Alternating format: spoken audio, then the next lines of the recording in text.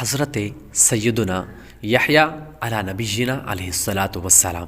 جب نماز کے لیے کھڑے ہوتے تو خوف خدا سے اس قدر روتے کہ درخت اور مٹی کے ڈھیلے بھی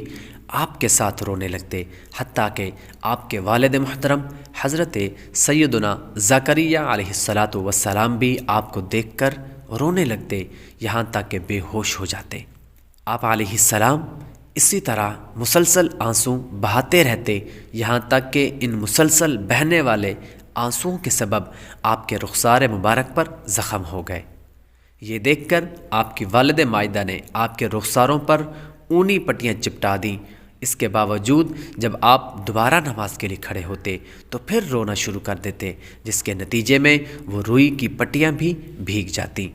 جب آپ کی والدہ انہیں خوش کرنے کے لیے نچوڑتی اور آپ اپنے آنسوؤں کے پانی کو اپنی ماں کے بازو پر گرتا ہوا دیکھتے تو بارگاہ الہی اللہ عز و جل میں اس طرح عرض کرتے، اے اللہ عز و جل، یہ میرے آنسو ہیں اور یہ میری ماں ہے اور میں تیرا بندہ ہوں، جبکہ تو سب سے زیادہ رحم فرمانے والا ہے۔